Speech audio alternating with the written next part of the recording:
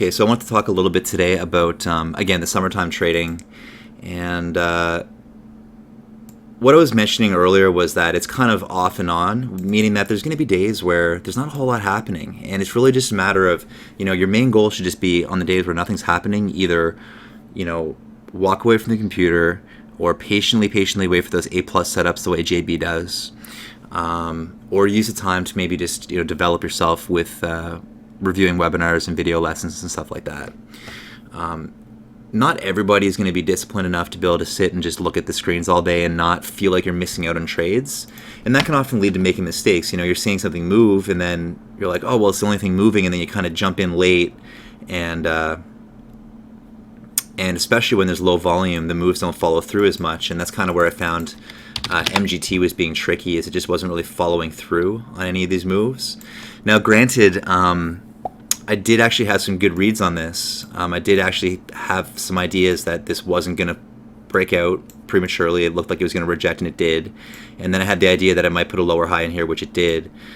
So I think we had some good reads overall on MGT, and then the BSI short idea was solid. BGI, sorry, short idea through 355. But what I mean by off and on is that some days you're going to have these great opportunities, and it's important to take advantage of those opportunities. And today was one of those days with BGI, for example, where a week might be slow, but a slow week, even if it's like a week where it's really slow and you might pull $100, $200 here or there, have a flat day here or there, have a small loser here or there.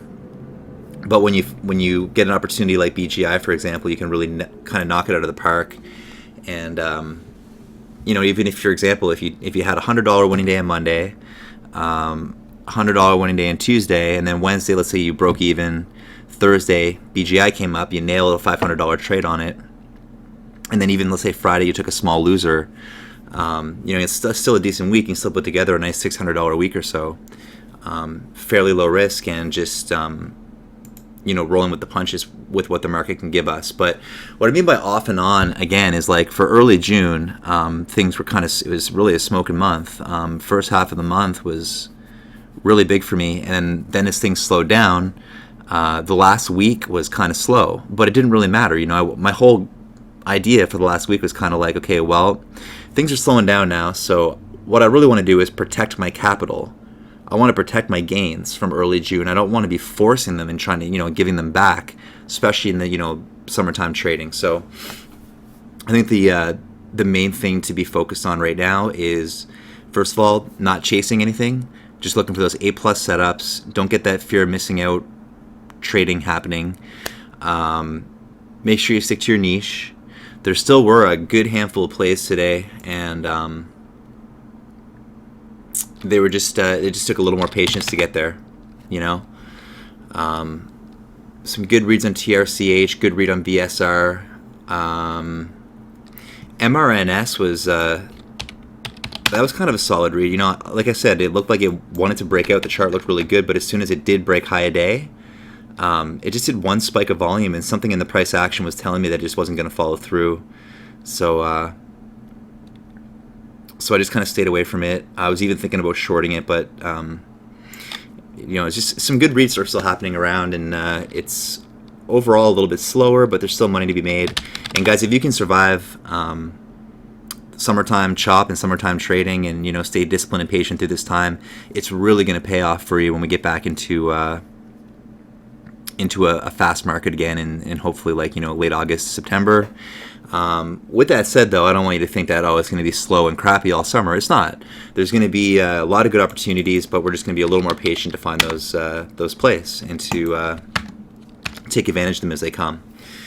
So for TRCH, that 111 hold on the hidden buyer, that was good action. It was good to, it was good to see it, good to know that it's there.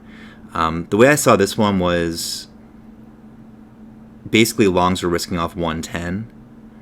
And now you can see it's holding higher lows, and this could really be interesting for tomorrow, the way it's shaping up. So TRCH is going to be at the top of our list. And just try to focus, guys, on two setups that you really like. So I don't know, some of you guys might like that VWAP reject. Is one of my favorites lately. You can see that it actually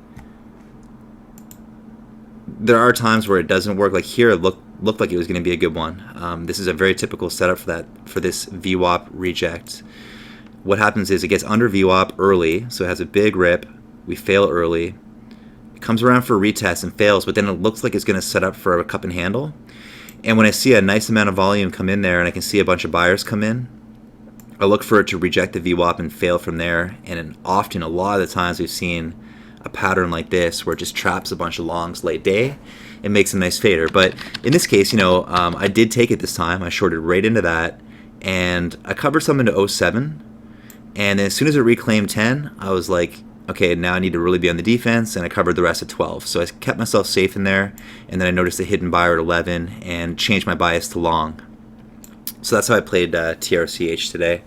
But it wasn't an easy one to read. Like you guys, there was things I saw in the tape that made sense. There was some hidden buyers and stuff in there that gave some clues, but ultimately it was a kind of a difficult one to read. So yeah, with the off and on, what I really just mean by that is there's going to be days like today where I can't knock it out of the park, but I'm just looking to not lose money. So if I break even, okay, if I make $100, $200, then fine.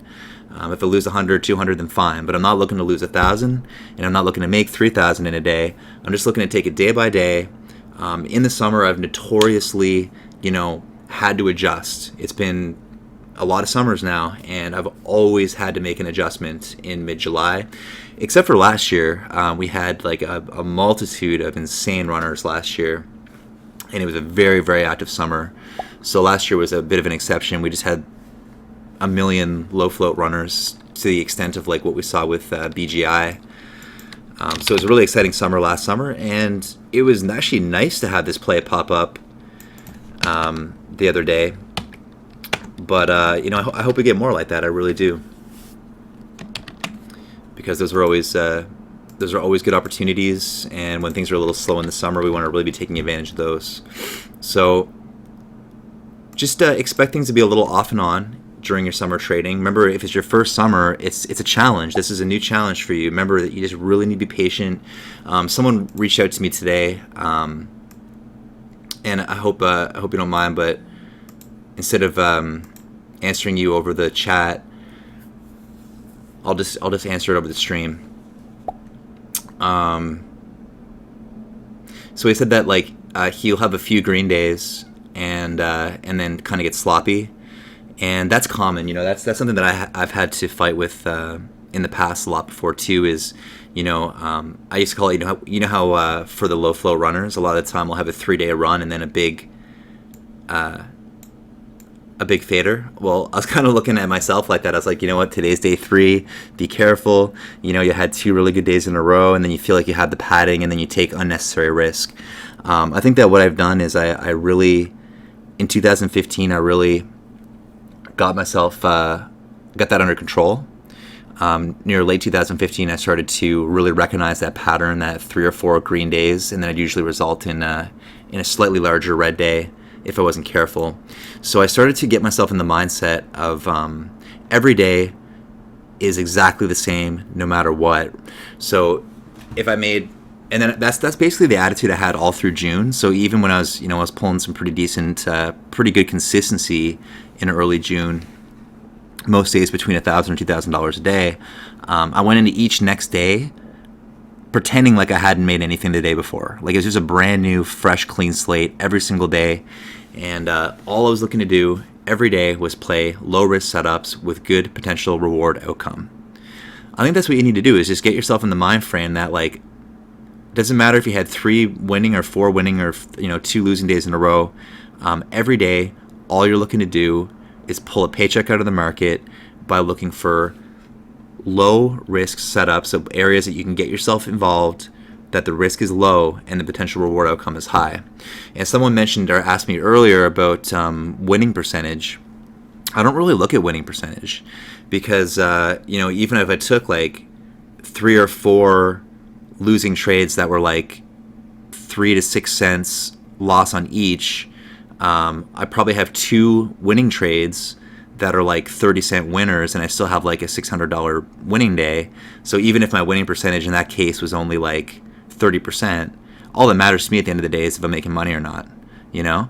So low risk setups, treat each day as its own entity. So each day is a brand new day where you know, all you're looking to do is pull a paycheck. All you're looking to do is find 2 or 3 spots, especially in the summer. Try to limit it 2 or 3 spots where it makes sense that you can get in, have a clear risk, know exactly what the potential, know what the potential reward is, and just make sure that it's at least 3 times the risk. So if you saw a trade like MGT, for example, it didn't pan out today, and we didn't trade it because it didn't look good. But the what I would have been looking for is, how that 335 area was acting as support right there. Well, sometimes what I'll do is, if I really start to think that this is going to go, is I'll just get in at 338. In this case, I actually wanted to see it get over 340 and hold the higher low. But if I got in at 340 and I'm risking off 335, if it was 1,000 shares, I know that I'm risking $50. Okay? And for me, that's fairly low risk. Now, for you, depending on what your account size is or how experienced you are, that might be a lot, and you might not want to risk that much. But that's just a small amount for me, and I'm totally comfortable. So, I mean, if that's a starter position for me, I know that I'm risking $50. 335 is a base. In this case, I probably would use 336 actually, so it'd be $40. And what I'm looking for is that breakout through 55. So I'd be looking for $150 to $250 reward on a $40 risk, and that makes sense if the setup is proper. In this case, it didn't quite trigger for me. A lot of the time I will, not a lot of the time, but sometimes I will just take that trade right here, because I like how, now again, this is a strategy that's not going to work so well if you're paying $5 a ticket, but if you're with a broker like Trade Zero, you can actually afford to take, some small flats and small trades. I mean, you could be getting long 230, 438, 439 here, risking 3 cents on 500 shares, for example. That's $15. Just, sell 300 into the spike, hold the other 200, see if you can hold a higher low for a breakout, and then even if you stop the rest out flat, you still made money because their commission structure is so low. It makes sense to do that. So you do have to adjust depending on what broker and what commission structure you're using. For those of you guys that are paying $5 or more per trade, you got to be more selective than that. You don't want to be taking those trade ideas. You want to be waiting for the triggers that JB's getting, the ones where he's, it's basically a little more confirmed. So it's holding on to a key level here, but then what we want to see is 40 start to hold, and then setting up for a cup and handle breakout like this, right? So the entry would be around 40. You'd be giving it a full risk off 35 and giving it a chance to break out like that. So depending on your commission structure, there's a few different ways you can look to play them. But there is a way to play them for everyone. We've all been there. We've all been there with the $5 per trade. And, I got through it. I know you can too. But it's really just a game of risk management, patience. And I think that JB said it best the other day, which is the life of a day trader is, it's 80% waiting, 10% planning, and 10% trading, or something like that. It's a lot of waiting, but if you love this game, if you love it like we do, it's not really a chore to wait. So I'm just going to finish answering his question. Sorry, I kind of went off on a tangent there.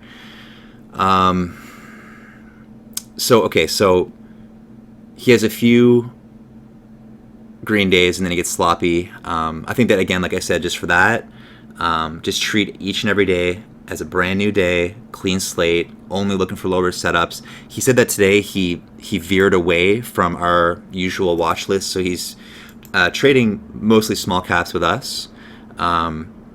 Once, he said he missed the BGI trade, and then went on to VRX, which isn't really his niche, and he got caught up in some stuff in here.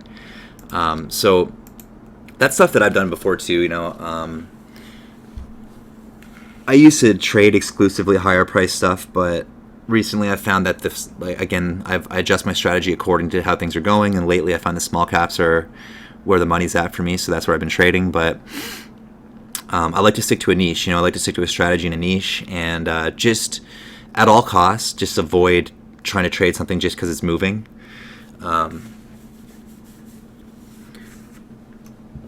If you are going to trade something like VRX, I think you need to use smaller size and a wider stop. because it's not going to trade quite as well as in terms of the way that we look at technicals as the small caps do, and they're not as predictable. They're not as emotional in terms of, like, with small caps, you can literally watch me tape read people getting long and then anticipating that they're going to get flushed out, then short into that pressure, and I can really, like, get a hold of things with small caps and have a really good idea of where people are long, where they're short, how they're going to react, how we can take advantage of it. That's why I love it. It's more of a game of chess. With something like VRX, I think you need to trade a little more robotically, and just more like JB style. Okay, so just try to avoid at all costs switching to stuff that you're not used to trading. I know that back in the day, once I got bored, I'd be like, okay, well, Apple's always moving, and I would, start trading Apple, and just try to stick to what you're good at and focus and stay good at that.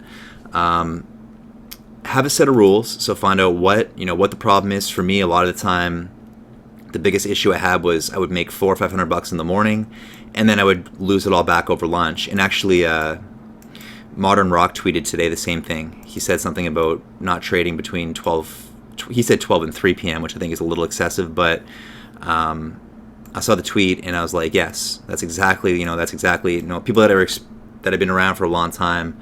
I think a lot of us share that sort of experience, is that when the market makers and algos take over in the afternoon between 12 and 1:15, 1:30, you're losing your edge. You're losing the odds of good volume plays. You're just putting yourself at a disadvantage. And for me, the best way to avoid that is just to walk away from the computer, go take lunch, get some fresh air. And not only that, you're going to refresh yourself and feel better coming back anyways. You're going to be more clear and ready to trade. So he said, beyond your rules, you go over. He's trying to put together a few of his own, which I think is a smart thing to do. Here, I want to go over the rules that he was going to do. The first one he said was no more than 2 symbols per day. I got to say, for that one, I disagree. I don't think you should really limit yourself to only 2 symbols, especially in this market, because, I don't know what you mean by that. If you mean only watching 2 symbols, I think you should be open to watching anything that's moving. But just try to stay within your niche. So don't trade too much. Maybe don't trade like 10 symbols, but don't limit yourself to just 2, because maybe there'll be a trade on TRCH today, a trade on BSR, but then something late day will pop up in BGI. So don't really limit yourself that way, but I definitely think you should limit the amount of symbols that you're trading, but don't have like a set, like 2 per day is the limit.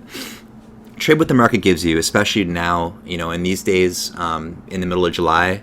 What I tend to do is I have a bigger watch list, because in the pre-market, it doesn't really look like much is happening. There's not a whole lot of gappers. All the action is happening after the open these days. So I'll have a pretty big list.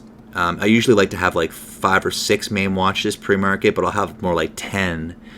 That way I can narrow them down after the first 5-10 minutes, whatever's doing volume, add some nuance to the list, whatever's moving up, and then sort of shift my focus to maybe 3 to 5 main stocks that I'm going to watch very closely. Second rule he said was no more mid-large cap stocks. I 100% agree. If you're trying to make your niche in the small caps, just focus on your niche. So focus on 2 setups that you like, 2 setups that work really well for you, maybe the cup and handle or the VWAP reject. A lot of the time in this market, we're going to see early morning runners, small cap runners fail and turn into nice shorts. I love that play on the lower highs. That's my main, and the VWAP reject have been my 2 mains lately. So yeah, if you're trying to focus on one niche and that's small caps, then definitely don't even bother with the large caps for now. Those rules are good, I think, man. Yeah, I think you should write those down. Do what I do, keep them on your screen to remind yourself. And just try to stay focused every day on just following those rules. Any tips for discipline?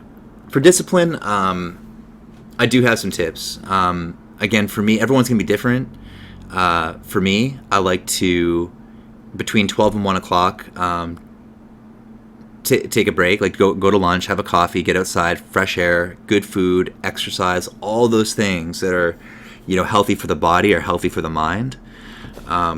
Pretty much every day after work, usually at around an hour from now, as I'm uploading the webinar video, I go to the gym, I do a workout, 45 minutes or an hour, and then I spend 30 minutes in the sauna with no phone, nothing. I just sit there in a sauna and just, sweat and think about how my day went and what I'm going to do going forward. It's like a mental, just sort of, it gives you a chance to just get away from all electronics and just think about things, like, what did I do well today? What can I do better? How can I, I think a lot about what can I do for you guys? How can I make this better for you? And how can I, get you guys further, faster? And I'm trying to work on some new ideas, but man, I want to get Trade Zero for you guys. I do. I want everyone in the U.S. to be able to use it as well. I can't promise anything, but I'm going to push and push and push, because the less commissions you pay, the better you're going to do. And especially in the early stages, you just want to be paying as little as possible in commissions so that you can, spend more time working on just practicing trading and not having to pay too much for it.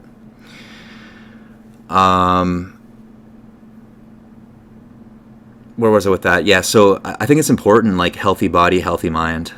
For me, I think that exercise is important. I think that eating healthy is important. Don't get me wrong, I still, like, on the weekends, I'll go out and have, drinks with friends and stuff like that and have fun, but I think it's important to stay disciplined in kind of all areas of your life, just have a nice balance, because if you're not disciplined in any area of your life, then how could you really expect to be disciplined in trading? Do you know what I mean? I find that when I fall off the rails, in the past, if I fall off the rails with my exercise routine or my sleep regimen, I'd also fall off the rails with my trading.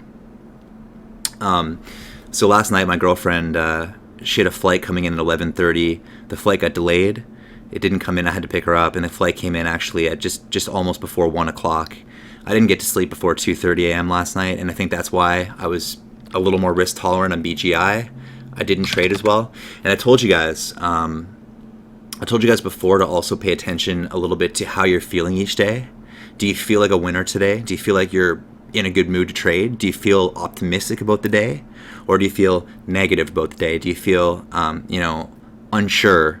Do you feel unconfident? Think about and understand how you feel before you trade each day. If you feel negative, if you feel, for whatever reason, incompetent or upset or anything that's just like not positive vibes, feeling good, focused and in the zone, just don't even trade. Just shut it down.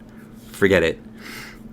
It's just like anything in life. Your attitude is going to go a long way. So whether if like you're in a sales job, for example, you're not going to sell anything. If you go into the day thinking like, oh, well, today's going to suck because it's raining out. No one wants to buy anything when it's raining or something like that. It's bad. It's bad for your overall psyche, and that's going to rub off in your trading just the same way that for a salesperson it might rub off in their pitch or something like that, and they might just have that little bit of negativity boiling over their head that prevents them from achieving success and from being successful. So there's some psychological tips for you right there. Try to balance your lifestyle the same way you balance your trading. Be disciplined in all areas of your life as much as you can, and like I said, for me, what I do is a gym regimen. I try to eat healthy when I can, and I like to spend that 30 minutes in the sauna each day, because that way it's the one time of the day that I'm just away from the computer, I'm away from my phone, and there's nothing electronic around, so I can actually finally kind of meditate a little bit and just think about everything. And I'm really, guys, I really want to roll some things out to make things as good as possible. I want things to be the best they can possibly be for everyone in our group. It's been great. It's been great being with you guys, and it's definitely made trading a lot less lonely for me. For years, I traded alone, so I enjoy it, and I hope you guys are learning a lot. I know it's kind of tough out there right now in the summertime trading. All I'm going to ask you to do is just remember, especially if you're just new, within 3 to 6 months of trading, I didn't make any money for my first 6 months. All you want to do is just stay above water, learn as much as you can, and when the market picks back up again, you're going to start nailing these opportunities and be in a good spot, to start making some money. So it's really just persistence. I really had the persistence early on too, and anything's possible. Just give yourself the mindset that it is possible. Believe that it is. Believe in yourself, I think that there's a huge thing with mentality. In anything that you do in life, you have to think positive and you have to believe in yourself to make it work. All right.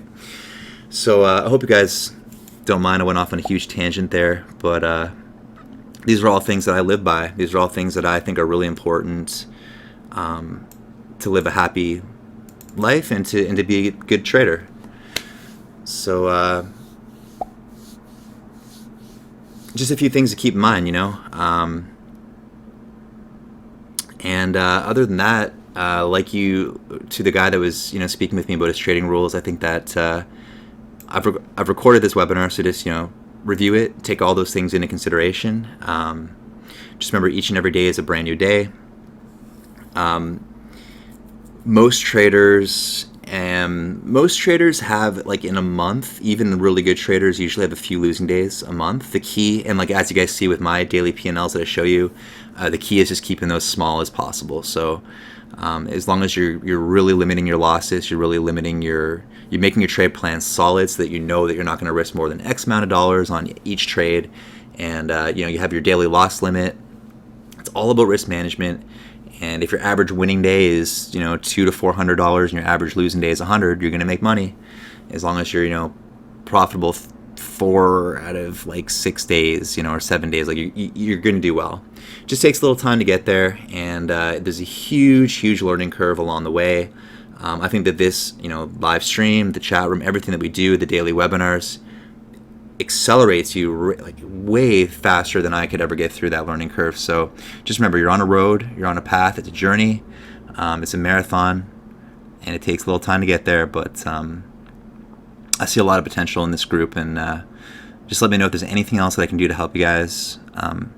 I am planning on getting a new scanner that I want to share with you guys, so I'm hoping to get, especially over the summer, it's good to just know. I think over the summer especially, it's good to have a scanner so that we can catch moves like immediately, know right away when they're popping up, and be able to hop on them before the herd. So I'm going to roll out a scanner soon that I want to share with you guys. The new chat room's been great so far. And other than that, guys, I think I'm going to call it a day here. Was there anything else that we can do for you guys before we call it a night?